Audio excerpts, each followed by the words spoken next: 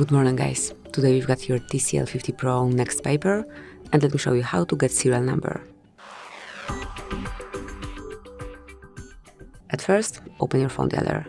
Now enroll keypad and provide a secret code, which is *#06#.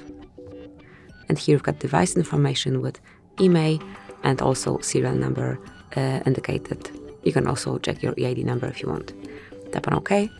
And now you can also find serial number via settings. It's a bit longer, but still, if code is somehow not working, you can always do it this way. So just open the settings, reach system.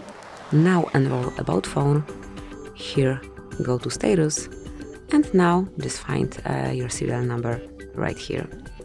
Thank you for watching. Please subscribe our channel and leave the thumbs up.